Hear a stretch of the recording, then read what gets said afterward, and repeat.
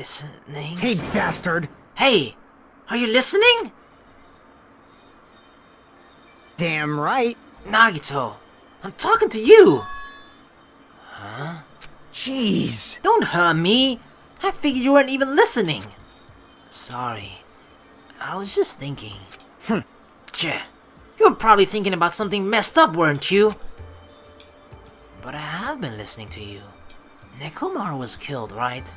Are we experiencing the story from Nagito's perspective now? That's actually pretty cool. Because otherwise there's no way for us to kind of find out what's happening in the strawberry house. Unless, you know...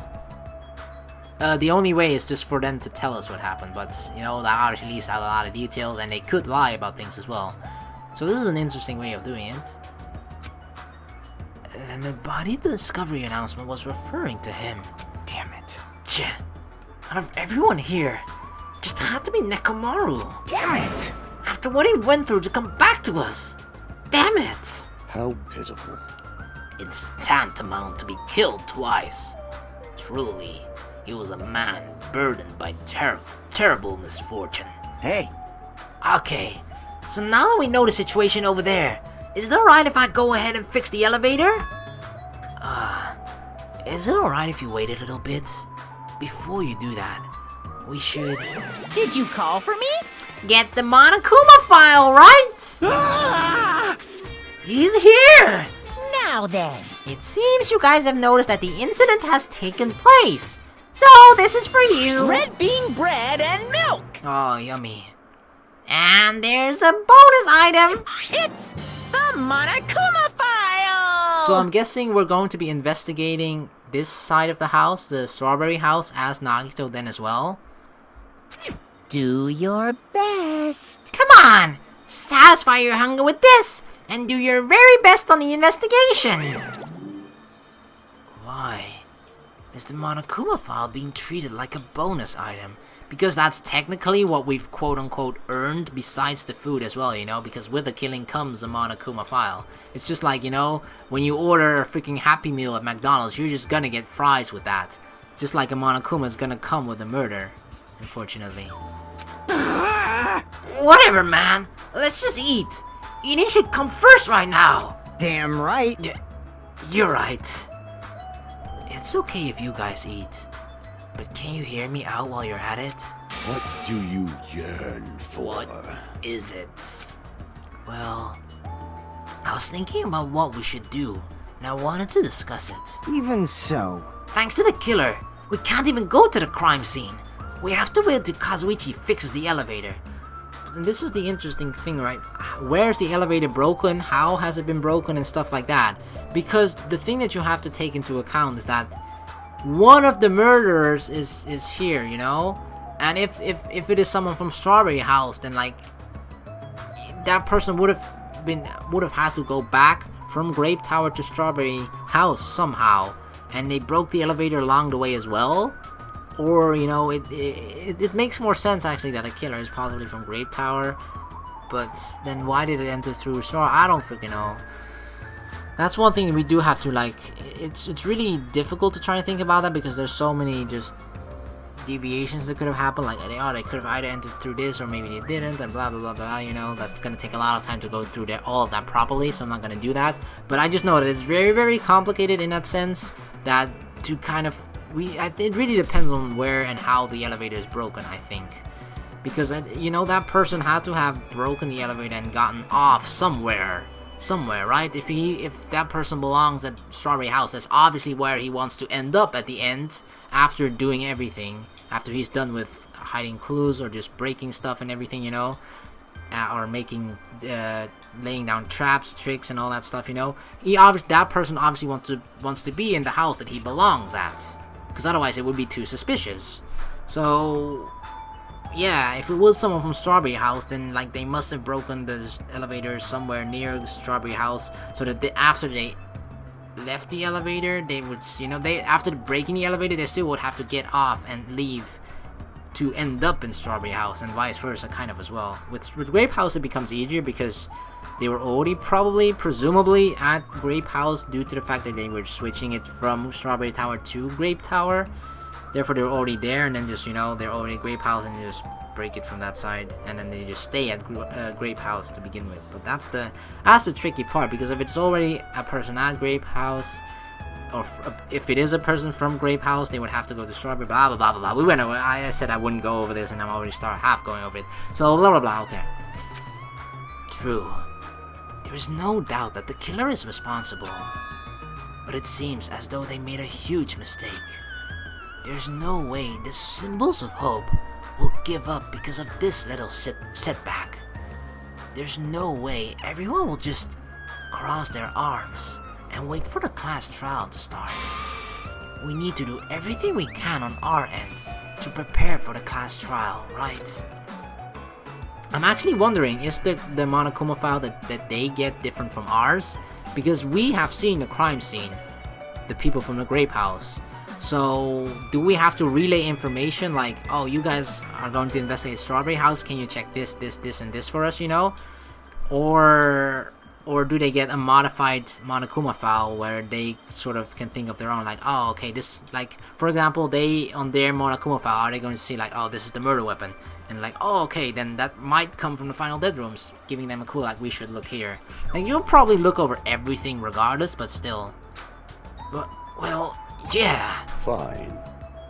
It seems that we too shall begin the investigation on our end, though it remains how clear or unclear how much we can do. Is this acceptable? If I show my serious side, things will not end with mere child's play. Ah, I'm so glad. I knew you guys were pumped up from the start. How beautiful. Even though you guys are suffering from despair, I can see that you guys are still fighting for hope. And this is the interesting thing, right? We're actually getting Nagito's inner thoughts as well, the things that he doesn't say out loud. Ah, such beauty. Because what I do know from Nagito, right, despite the fact that I didn't spend any free time with him, the thing that I do know about Nagito is that he has this really, like, obsession, like idol obsession in a sense, how most people would idolize people or pop stars or I don't know, sports stars or whatever, you know. In that same way, he idolizes hope and symbols of hope as well, which is kind of what we all represent. And for some other reason as well, he really thinks very lowly of himself. Now, the reasons behind that you probably find out by spending free time with him, but there's no way for me to unfortunately do that anymore. So I really would have loved to come to learn that, but I feel like those are two things that I'm definitely certain of about Nagito. But like the driving force behind that, the reasons why he values or like idolizes hope and symbols of hope that much, I would really actually like to find out. But I might do that after finishing the game. But those are just the things I wanted to point out about Nagito. So we need to be grateful towards Nekomaru for becoming the foundation of this hope. Well, regardless, whose side should I be on for this case? The killer? Or the rest of you guys? I must make sure I face this case's mystery properly if I'm going to find out which side is the true hope.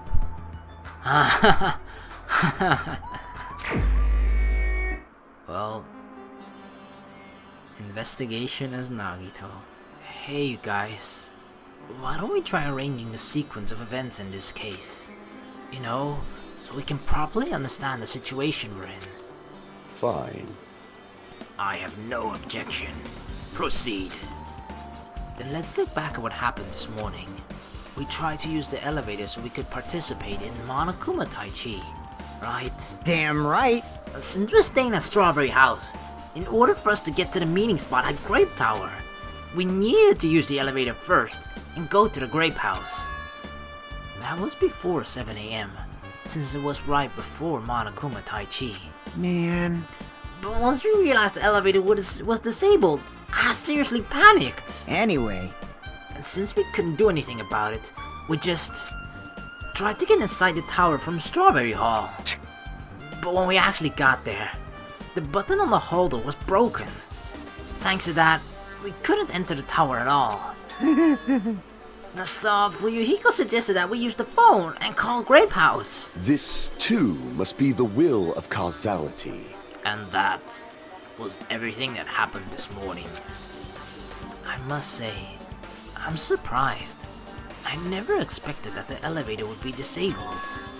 But then how was Nekomaru able to go to Grape Tower? Man. Well, obviously, he went before the elevator was disabled.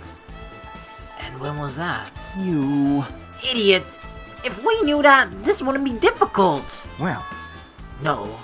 We might know what time he went to Grape Tower. You serious? It was around sunrise. That's when I saw him going down to the first floor. What? You mean you personally witnessed Nekomaru going to Grape Tower? Hey! When was the sunrise? Was it before that rumbling sound? Huh? Rumbling sound? Huh? What? You don't remember? Right after the clock in the lounge started ringing, we heard a rumbling noise. Did that clock even ring in the first place? Hey! You didn't notice that either? Seriously, that thing was super loud. Huh? That's weird. I feel like we're not quite on the same wavelength. Well, it is what it is. There's no way you guys will ever be on the same wavelength as trash like me. Looks like this is leading to an interesting development. Hey, Kazuichi, if you don't mind, can you inform me? That stuff about a rumbling noise and a ringing clock. What was all that about? You. Seriously? You don't know? You're so kind, Kazuichi. Thank you for actually taking the time to explain it to me. Huh? So that's how it is. Fine, I'll tell you. It happened last night. I was sleeping peacefully in my room when all of a sudden I heard this huge sound. The hell? The sound was super loud, so I rushed out of my room. And I went down the hall towards the lounge. Hey! What are you doing? So all three of them heard it, but Nagito didn't for some reason. Nagito must either be a really deep sleeper or... This raucous... It's louder than the supreme ruler of the netherworld bellowing for a sacrifice! Don't go making all that noise so suddenly. So this is 5:30. It's not me. The wall clock just started ringing. I was just trying to stop it. Then hurry up and stop it already. I know. I'm in the middle of doing that. And that's when the sound finally stopped. Man, that totally freaked me out. Well, I'm definitely wide awake now. What did you do to me? My mental defenses were bombarded with sonic resonance. You! Fuyuhiko, was this not your doing just now? Shut up! Why would you do anything so childish? Huh? You must have rushed over after hearing that sound, but you sure seemed to get here pretty fast. Well, yeah. I didn't rush over here. I was at the lounge by coincidence. You fiend. Coincidence? Huh? What? Do you doubt me? Hey. Whatever. I don't really give a crap, but it's 5:30 a.m. Aw, man. Thanks to Fuyuhiko, I woke up early for no reason. I should go back to sleep. Kablam! Huh? What was that sound? So, this is really strange, of course. A clock like that doesn't just go off for no reason. But the fact that, like, right after the clock went off, that rumbling sound happened as well. And see, this is the weird thing about it, right? Is that apparently Nagito is missing, but if we can trust this, like, you know, the story that these three people are telling, unless they're all three in cahoots and they're all working together, which seems quite unlikely, then, you know, it seems that Fuyuhiko, what was the other part? Fuyuhiko, Gundam, and Kazuichi were not part of that, you know, or at least not directly there when the kablam sound happened. Because I was either theorizing that it must have been either that trap with the noose on the ground, which could be set, without anyone, and that could mean, you know, I kind of said earlier that while being caught in that trap and then swinging rather, Nekomaru could have accidentally bumped over or tipped over a pillar. So technically no one else, including the killer, would have to be there. Only Nekomaru could be there while just tipping it over. But if the other theory where like it happened during a scuffle, which seems rather unlikely because no one, I feel like, is able to go toe to toe, head to head on an even level against Nekomaru in a scuffle or any sort of physical confrontation to the point where, you know, a pillar gets knocked over. So it seems like that. I think that's the most important part to take from it. Just because everyone is here except for Nagito doesn't mean that they're all not guilty or that they have an alibi, because it could just be a trap set, right? Somebody just set that trap and then left, and then the moment they heard the kablam happen, most people don't know what it is, but the killer will know what it is, or obviously has an idea of like what it is, because it's a trap that he laid, right? So he knows what it is, and then after some time at least, you know, after he thinks, alright, everybody heard that, but maybe, you know, after half an hour, probably everybody went back to sleep already. Alright, I'm gonna head over to Grape Tower now. That could be something. What's going on? Earthquake? This pressure. I did not feel like it shook. Hey! There's no way this building is gonna collapse, alright? Hey. Kazuichi, stop clinging to me! And that's what happened. I see. So you're the one who was clinging to Fuyuhiko. That's obviously wrong. That's not the important part! And what happened afterwards? Did you guys just separate? Hey, We decided to wait things out, but in the end, nothing else happened. also, And not just that, we all felt really weak. So we decided to just go back to our rooms for a while. Okay, so they did split up. I see. Yep. What you said just now was extremely important. Thanks to that, I thought of one suspicious person. What? Who are you talking about? Me, of course. huh? It's really interesting that he's saying this out loud to other people, right? Like, yeah, I am suspicious in this situation. But it is true. In this specific scenario that they described, Nagito is the suspicious one. But you wouldn't think that Nagito is the person that brings it up. But he's probably... I feel like it's probably just another... Not necessarily test, but just... He's just throwing it out there to make the others think. Nagito, I'm pretty sure he knows, like, alright, I didn't kill him, right? Most likely. But... I mean, we could just be seeing this from Nagito's perspective, and then they're purposely hiding the parts of Nagito himself where he knows that he did this, but that, I don't know, that seems rather unlikely, but it's possible. But the fact that he's bringing this up, I feel like it's just to make them think. Like, huh? Wait. Because why else would you bring up yourself, right? Oh, yeah, that from that, what you just said, obviously I'm the suspicious one. Nobody's gonna say that about themselves, but he only does that to just, it's like a wake-up call to them, like, come on people, sheeple, wake up. After thinking that, you know, you need to, a murder has just happened, think about what you're gonna do for the class trial. I mean, isn't it strange? I was the only one who didn't notice an alarm that was so loud. Everyone else came out of their rooms. Well, the same goes for the rumbling noise that you guys heard after that. Why, you... Hey! You better not try to confuse the shit out of us! Of course I'm not. For now. Because he hasn't decided on which side he is on. The side that Nagito picks is the one that is like the most, I guess, hopeful side. But he hasn't really figured out which side that is just now. Hey! That for now line is what's making us even more worried! Anyway... It seems there's no doubt that what you guys just told me is a very important clue. The wall clock alarm you heard first, and the rumbling noise that came right after. Now then, how do these noises relate to this case? I feel like the wall clock, right? It's strange for a wall clock to be able to be an alarm in the first place, because generally wall clocks are just hang on the wall. They don't have Usually, at least the wall clocks that I have don't have any function of beeping, making noise, or anything along those lines, right? Unless you have an old grandfather clock or something.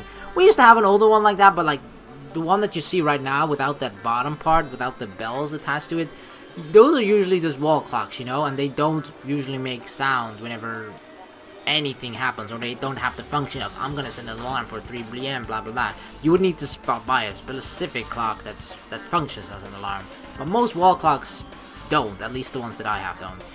So but in this scenario it makes sense because there are no other clocks in this house, so it makes sense that it has an alarm here. But still, the fact that it has an alarm means that someone must have set it, meaning it's probably part of the killer's plan to draw people here, I think. Alright, Fujihiko. Hey, you said that you witnessed Nekomaru at sunrise, right?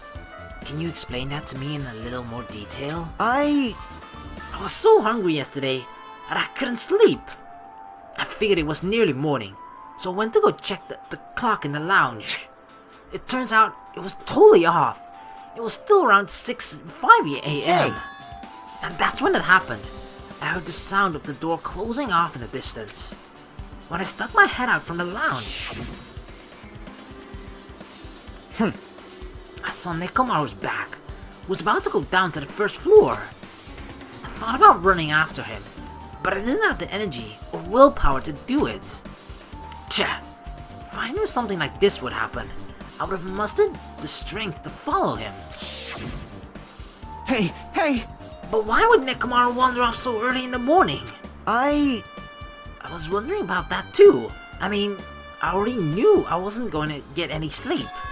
So I just sat in the lounge, stared off into space for no real reason, and waited for him to come back.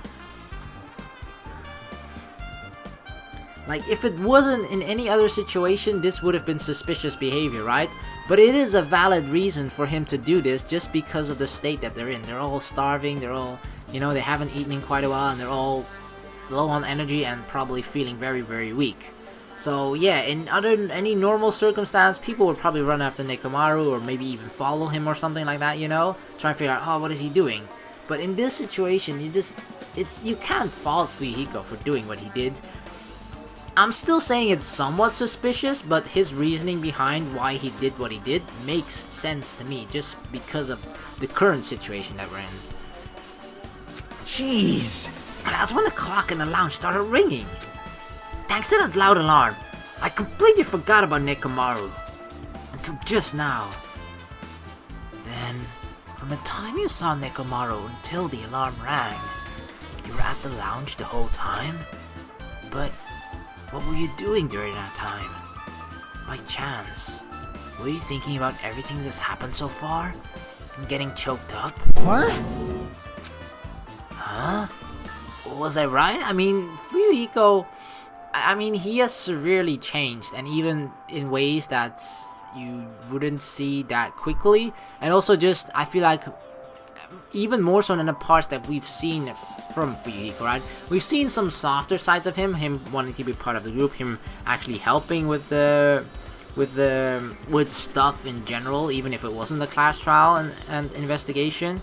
But just, I feel like he's become more part of the group, and he actually offered, you know, advice to Akane. But I feel like that isn't all that we've seen, the change that Fujihiko has gone through. Because I feel like just that had such a huge impact on him. The fact that Peko Pekoyama, you know, sacrificed herself for him, that had such a huge impact, even bigger than what we have seen so far.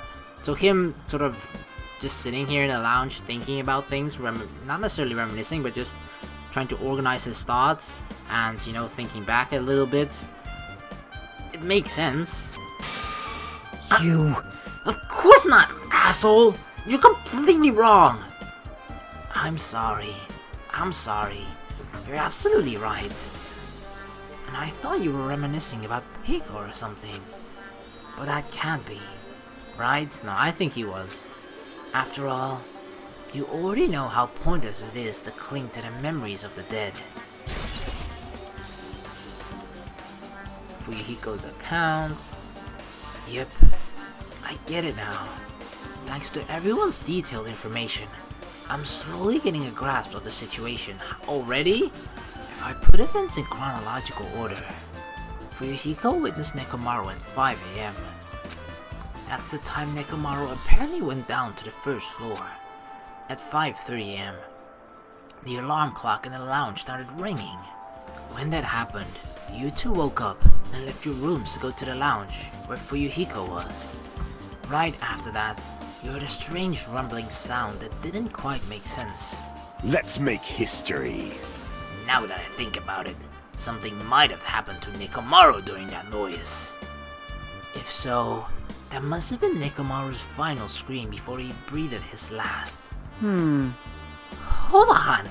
If Nekomaru died when we heard that sound, does that mean we have an alibi? Alibi? I mean... When we heard that rumbling noise, we were at the lounge, you know?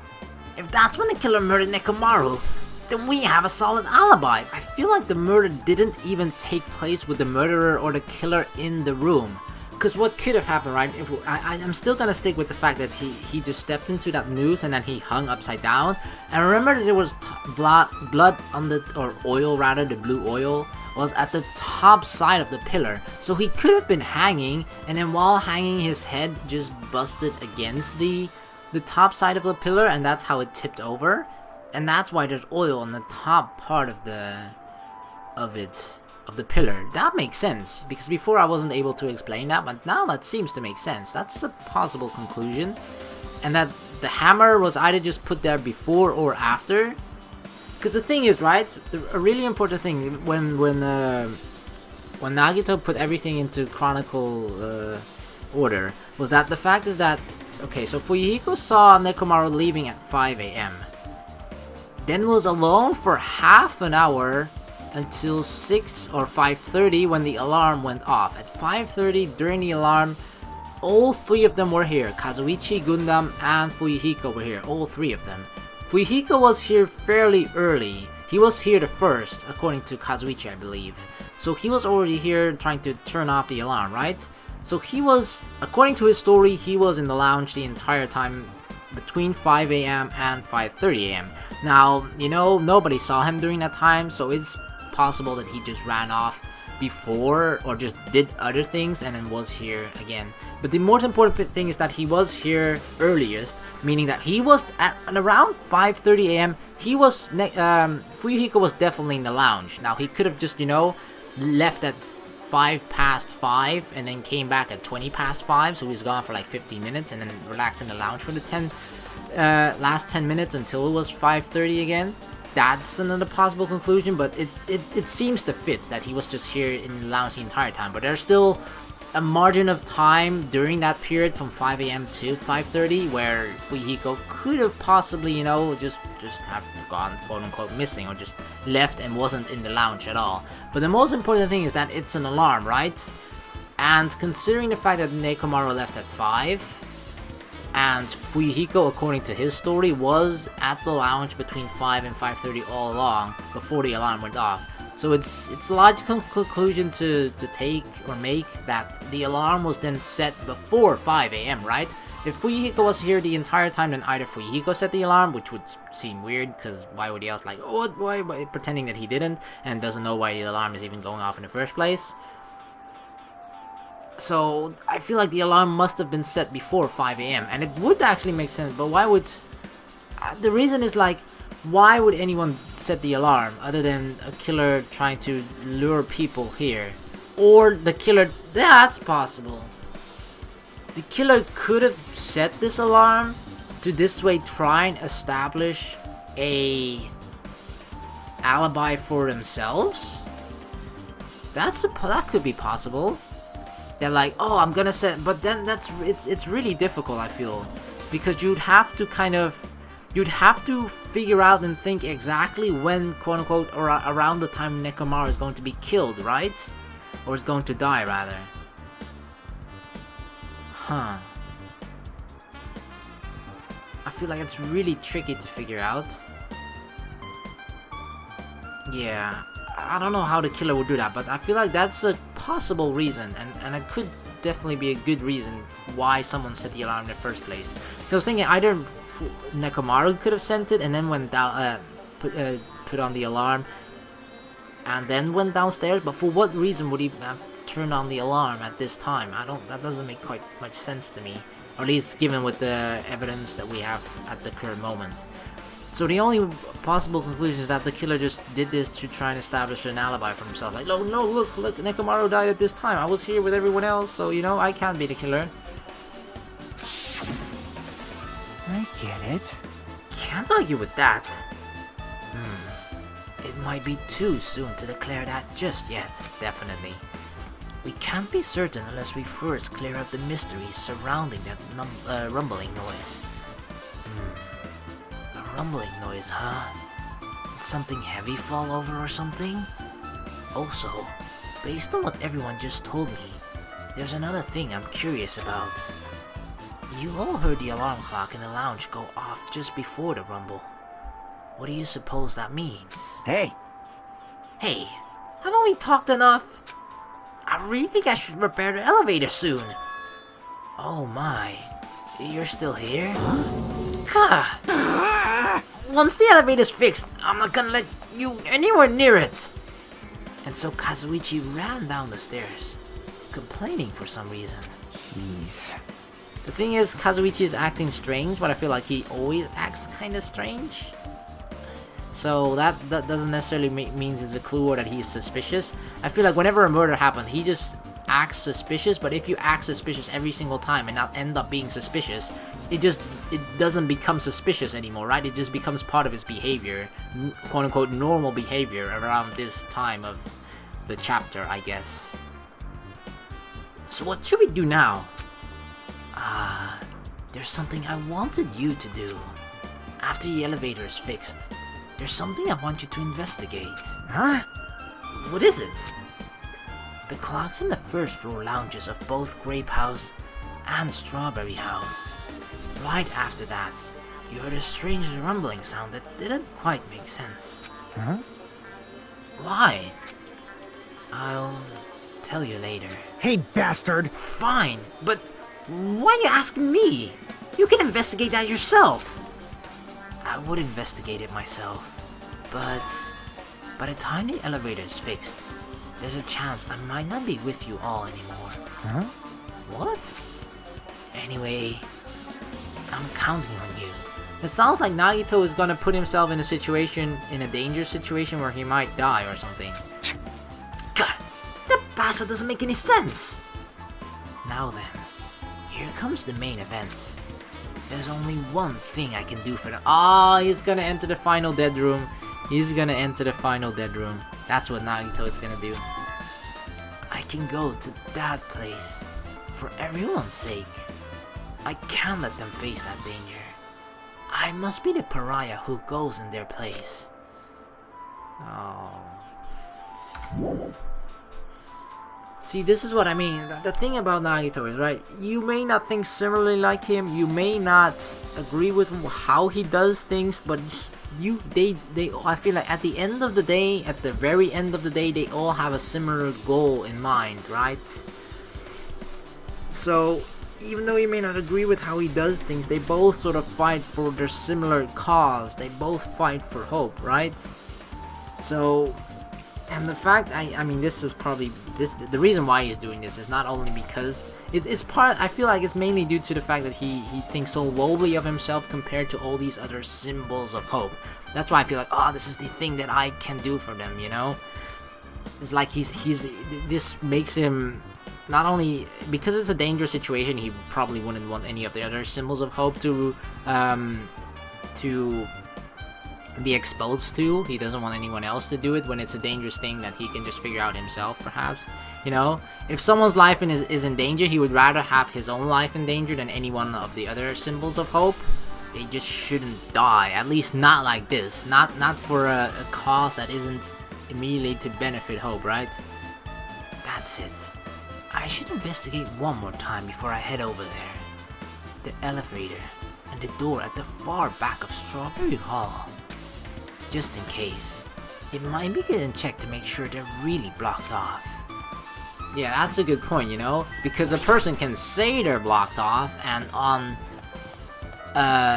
just, you know, on inspection seem closed off, or, you know, not indisposable, that they can, indisposable means can be thrown away. That's not what I meant. The fact that they can't be used. But just because it seems like that doesn't mean it actually isn't, or that there isn't some other way to get to the other side, you know? So let's just go in here first. Alright, that definitely seems broken. It's a strawberry hole that leads to the tower. The button is broken. There's no way it'll open. As I recall, based on what Fuyuhiko told Hajime over the phone, the other side of this door is also barred with chains. He must have been really cautious to go to the trouble of barring the door from both sides. Something about that seems a little suspicious. Let's make history. That's the thing I can't figure out. Why did they feel the need to bar the door open, or like, you know, make sure it's broken or unable to be entered through or exit from on both sides? Why? One side seems enough, right? Especially because once you're already in from another side, you can't use the exit or entrance of the other side anyway. The killer's intent. I can think of only one explanation. Ah, Gundam. Perhaps they intended to keep me from entering the scene of the crime. Listen well. Which means the killer was afraid of the conclusion promised by my assumptions. Huh? Yeah, that was probably it. No, so that seems definitely broken. The elevator then. If I press the button next to the elevator, the door should open so I can ride it. But nothing happens when I press it. It looks like it's definitely broken. Hey, what are you doing? You're getting in the way of my repairs. Hey, why did the elevator break in the first place? Man. Oh, the killer malfunctioned the safety device. Look, you see that silver cover under the button? It looks like that's the elevator control panel. They probably opened it up and messed with the settings. But the cover is locked, so they wouldn't have been able to open it unless they had some kind of tool. Are there any tools in this building? No, there shouldn't be. Mekamaru, did he do this? But why? I don't really know if they forced it open with a tool anyway. The control panel on this side wasn't the one that was forced open. I see. It's the control panel on the grape house side that's broken then. Yeah. If the one on this side isn't broken, that's the only thing I could think of. I'm pretty sure there should be a control panel over there too. Plus, the elevator is stuck on the grape house side. Wouldn't that mean the last person who used this elevator went to grape house? Yep, it's official. The elevator was disassembled on the other side. Hey! I don't have time to talk to you. Hurry up and go away. You. Jeez, I'm trying to do repairs without any tools. No matter how much time I get, it won't be enough. If you don't have any tools, why don't you use this? Huh? Whoa! Is this a multi-tool? Where'd you get something like this? I had it with me before I even arrived at the 4th island. Wow, why does he have a Swiss Army knife? If we're going to explore a new island, it's essential to bring this kind of equipment, right? You serious? A guy like you has been walking around with a dangerous tool this whole time? Huh? Is there something wrong? It's nothing. Then I'll let you have this. Your repairs might go faster now, right? But in exchange, I want you to do something. Huh? What? That multi-tool has a compass. After the elevator is fixed, I want you to ride the elevator and see how the compass reacts. What the hell for? Well, to be honest, there's something I still don't understand regarding the structure of this building. That's true. You know, the thing is, we've seen the layout of the map from it, but that doesn't mean it has to be necessarily accurate. But from the way that it seems, we think that's how it is, right? But it's like, if you don't see it from the outside, it's really hard. It's really hard to imagine how the outside and the entire structure and the layout of everything is only just from the inside. Because if you look at something from the outside, you can see the outline of everything, right? That really makes it sort of easier to gauge, like, oh, this is how it, and it obviously makes it very easy to see as well. But it just gives you a better picture. It makes you understand things very quicker and better, rather than just being on the inside and then trying to figure out what the exact structure of things is, especially when there are no windows or any way of looking towards other sides, and that the way that these two buildings are seemingly connected to each other are through ways where we actually don't see the connection. We think there's a connection, right? Elevator, that middle tower, which is either grape or strawberry, depending on which side you enter from. You know, those are seemingly ways that it connects, but that doesn't necessarily mean that it does. It's just, once again, there could be some sort of trickery behind this. So the thing that it is, right, I feel like, let's see, Strawberry House was supposed to be on the right side, and on the right side, and Grape House on the left side. So with the compass, northeast, north, south, what the fuck, northeast, southwest. Fuck, I'm bad at this, but okay, then we're supposed to travel west, right? With the compass, if we're in the elevator, we're supposed to be traveling west when we go to the Grape Tower. I think that's how it goes. I'm bad at I only know the directions, right? Up is north, down is south, and then right side to the right is east, and then to the left is west. And considering we're traveling from right to left, it makes sense that we should be going west, right? That's my conclusion, at least. Could be wrong with that, but I feel like that's the part that Nagito was trying to figure out. Is the structure and layout exactly how we think it is, or is it not? So, but if it is, we should be traveling, once the elevator is fixed and we're going to the Grape House, we should be traveling towards west, I believe. Northeast, southwest, yeah. Had to do that just to make sure. So please, I really need this information to find out the relationship between the building and the elevator. Huh? I don't really get it, but as long as I'm just checking out a compass, I don't mind. I'm glad. I'll leave the rest to you.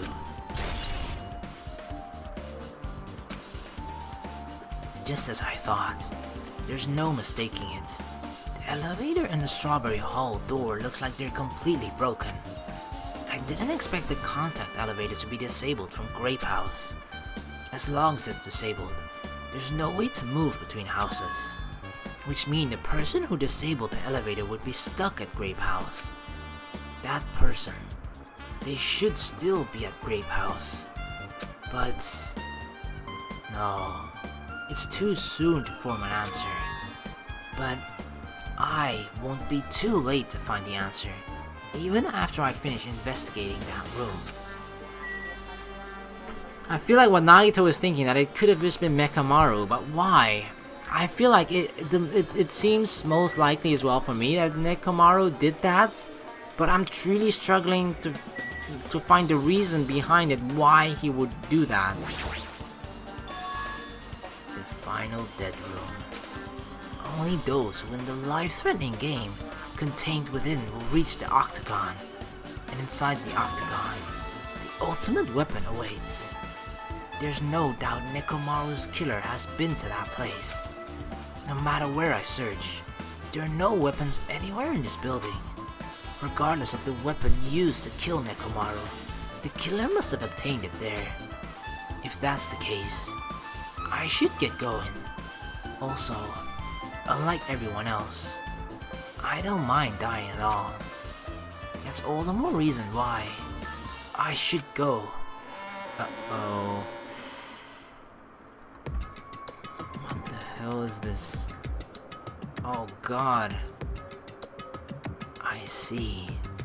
So this is the final dead room. It feels a little eerie. Hope I don't get scared. What was that? Did the door just lock? I see. The door is designed to lock automatically. It's not I would have... What is that sentence? It's not I would have turned back if it stayed unlocked. I guess it's like it's so that I wouldn't turn back if it stayed unlocked. Something like that. And I thought the door finally opened. No, it's locked again. Monokuma was locked in here apparently. Huh. I figured you'd turn up since I haven't seen you in a while. But I never expected you to see you here. Nagito? Why are you in such a dangerous place? I could ask the same question to you, Monomi. Same to you. Why are you here? I heard the body discovery announcement, and I thought something happened in this room. And you got locked in when you came inside. You're a fool from head to toe. I am truly ashamed. Well, not that I care. Just make sure you don't get in my way. Get in your way? The life-threatening game is going to start soon, right? It'd be annoying if you got in my way. Could it be? Are you planning to do it? Well, if I don't, I can't get out of here, right? And besides, the only way trash like me can be useful is by risking my life for everyone's sake. That's wrong! You're wrong. Nagito is not trash at all. There's no such thing as a human being who doesn't deserve to live. I agree. I know I'm being heartwarming right now, but my heart is super scared and pounding like crazy. Are you sure you're not just excited? You know, isn't it exciting to think that I can finally be useful for the sake of those who shoulder hope? Now then, about this so-called life-threatening game. Escape? Alrighties! Nagito, if there's anything you don't get, just ask me. By all means, I'll help you and make sure you get out of here. Leave it to me! Bring it on, escape game. That sounds like something a teacher would say, but I shouldn't expect too much from her. Okay, so I'm guessing this really is this sort of game, right? We have to figure out a way to escape from here. There are 6, which seems like inventory slots or something on the side. Nagito, we have a problem. These iron bars are completely blocking the door. As long as we don't do something about these bars, we won't be able to escape from this room. For those of you who have no interest in playing the escape game, I've prepared a shortcut. What would you like to do? Would you like to take a shortcut and bypass it? No. I actually want to play this. I might put like a timestamp for the people that don't want to watch it or something, but I feel like this is just, I don't know, it seems like an interesting puzzle that I want to figure out. So, no shortcuts for me at all, definitely not.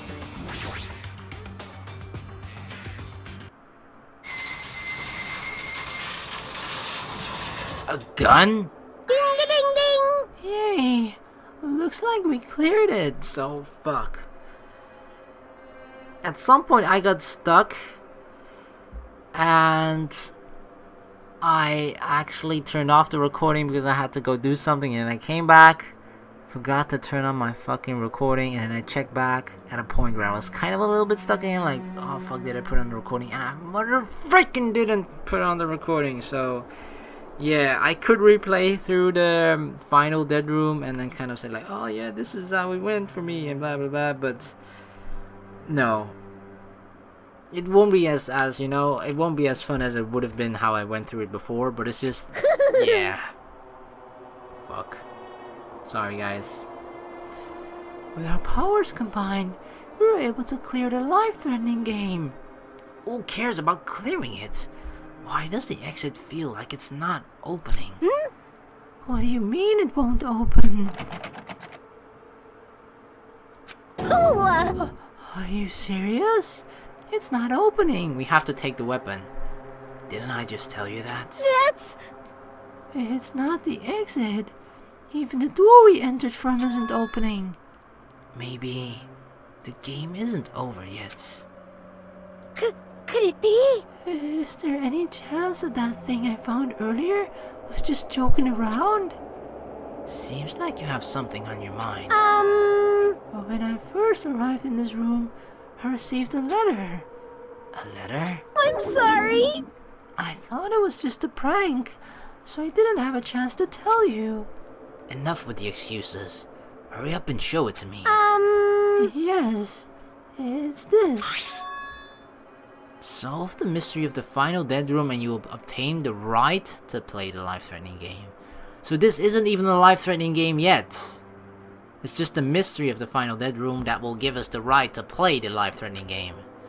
About the life-threatening game, it's life-threatening roulette.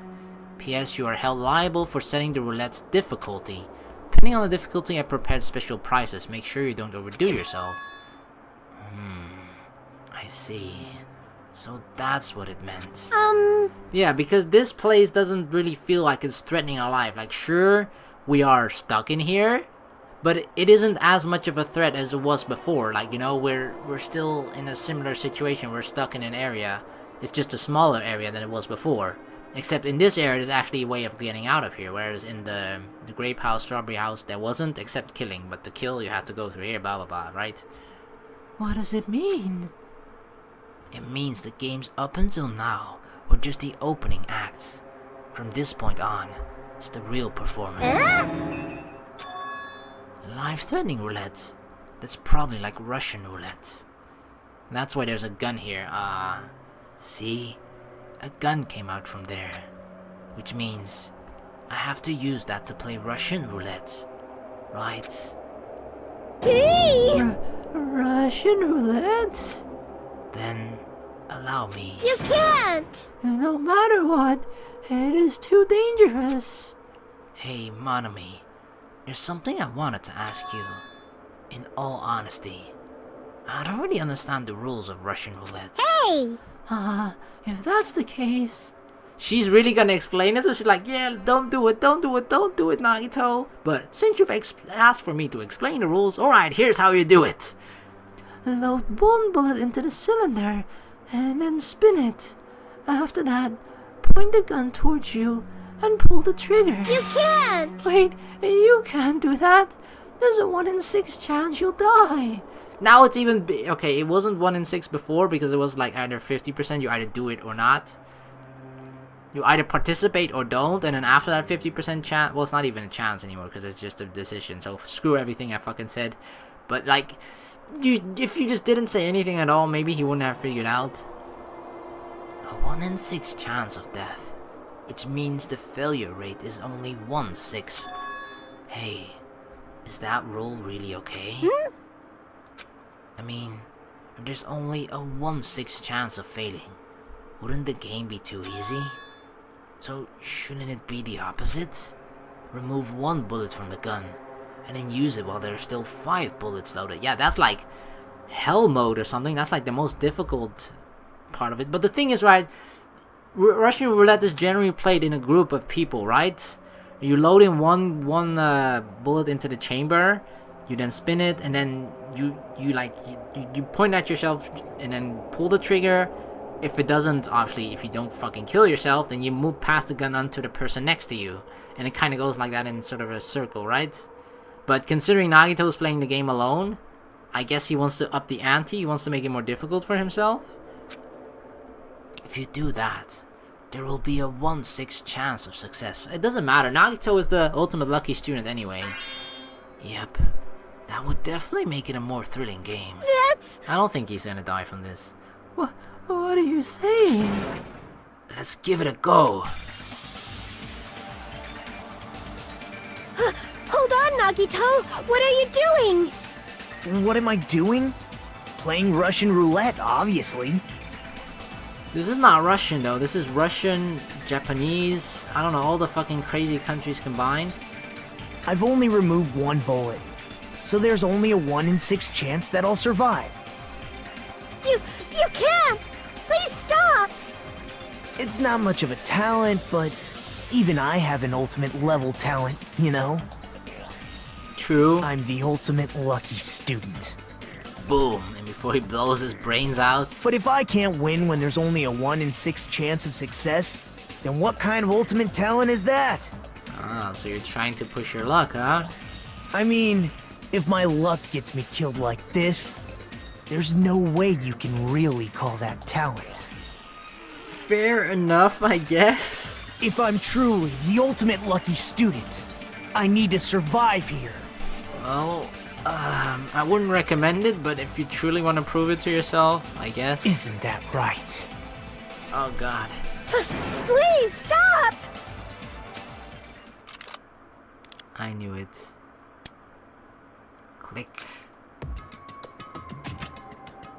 Click. Ah, that sound just now. That was the door unlocking, right? Haha. Looks like we finally cleared the final dead room.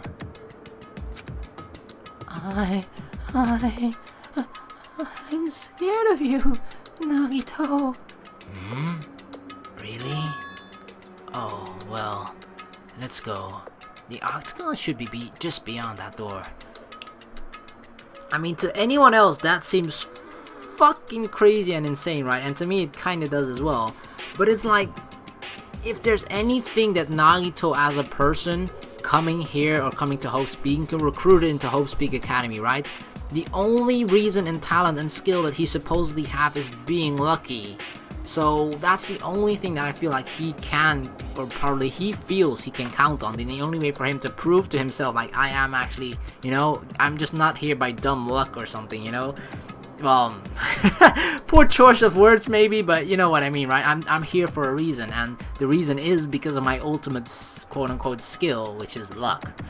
So, regardless of what the chances were for him, considering he's the ultimate lucky student, whether the chances were 99% or 99.9%, because he is the ultimate lucky student, he would just be so confident in himself that like, oh, I'm gonna pass this regardless. Because it's just, I don't know, it's just like him, I guess, wanting to prove to himself that he's not that useless, or at least that he has one thing he can count on, you know, that is at least on some level worthy of being called an ultimate. The octagon, holy fucking shit! So this is the octagon, huh?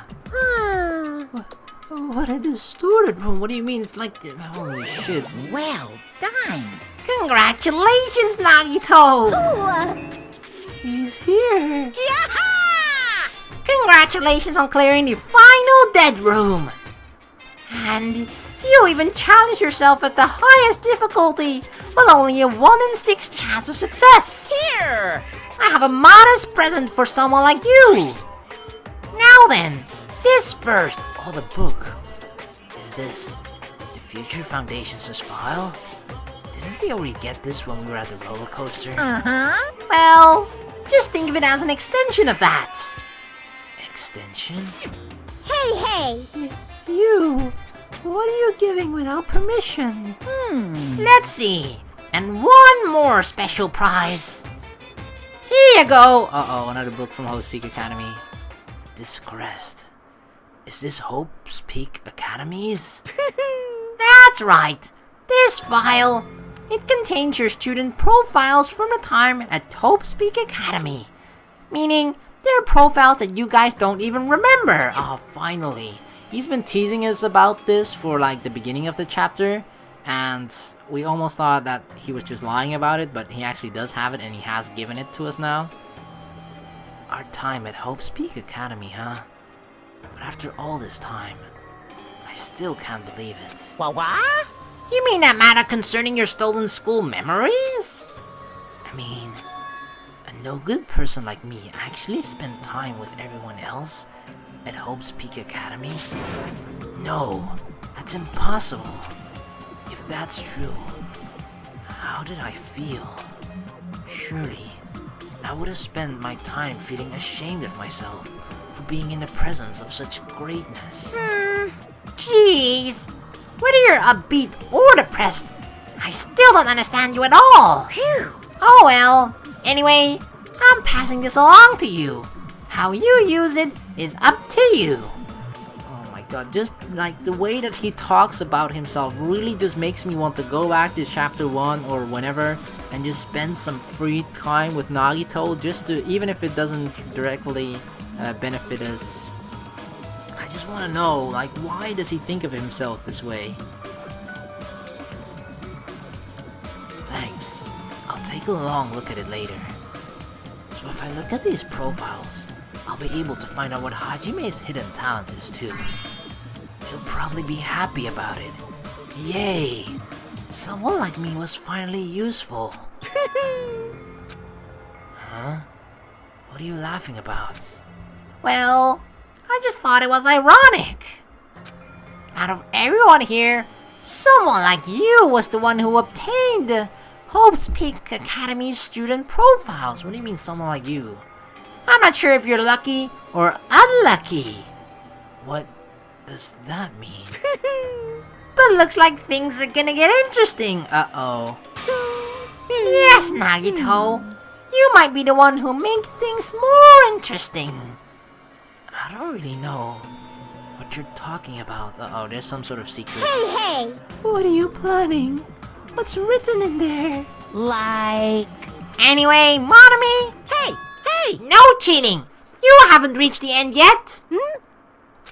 I mean, you haven't played Russian roulette yet.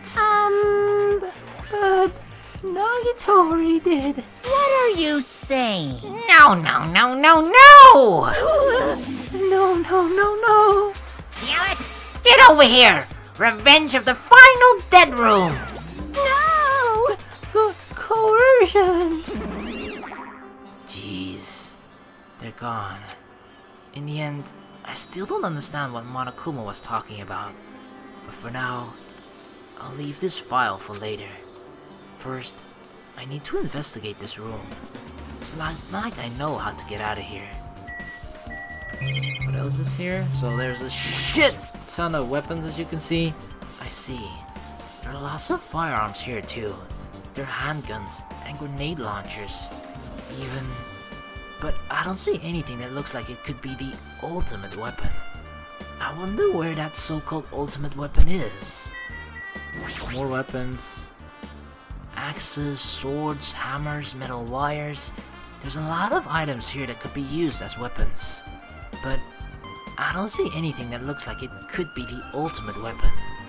I wonder where that so-called ultimate weapon is. A window. A window? Why is there only one window in a place like this? It looks like there's some kind of hidden meaning to it. But in actuality, what could it mean? In my mind, I entertained various possibilities as I walked slowly toward the window. And then, the moment I peeked out that window... Huh? This is... what I actually saw outside that window. Uh-oh, what do we see? It was completely different from any possibility I had in mind. I thought maybe a way to look into Grape House, maybe a way to look into the tower or something. I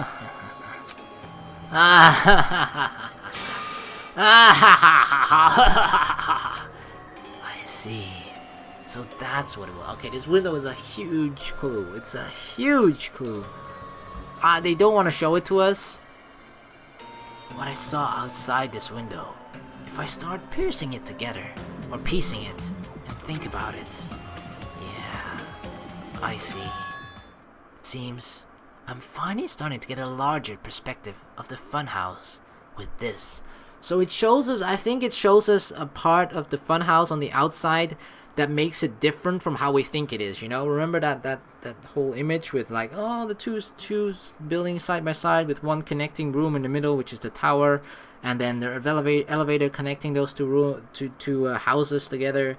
I feel like that's just not the case. It seems that way from the interior and from how we've explored things. It seems that way, but once I feel like, and that's what Nagito saw from this window, once you get a look at the outside of things, it's just totally not that at all.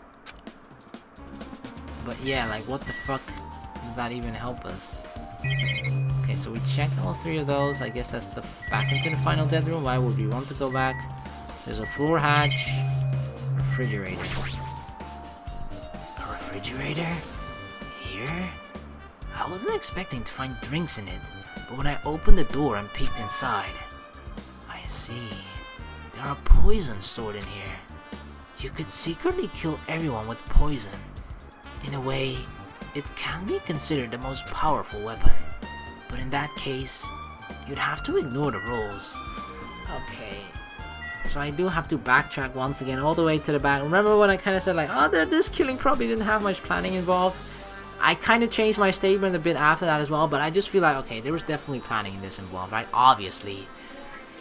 Because what I thought initially that the final dead room was going to be, at the end of it, the octagon or whatever, you know, there would just be one weapon there, and maybe some equipment, right? Because he obviously got the wires from somewhere, the murderer.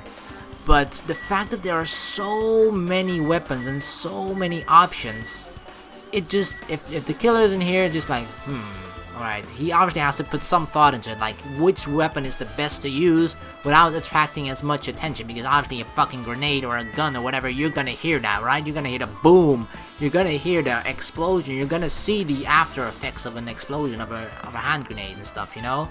So there must have been, unless, I think at least, I mean, considering if you have 25 options of weapons, you're gonna put at least some moderate thought into which weapon shall I take, right?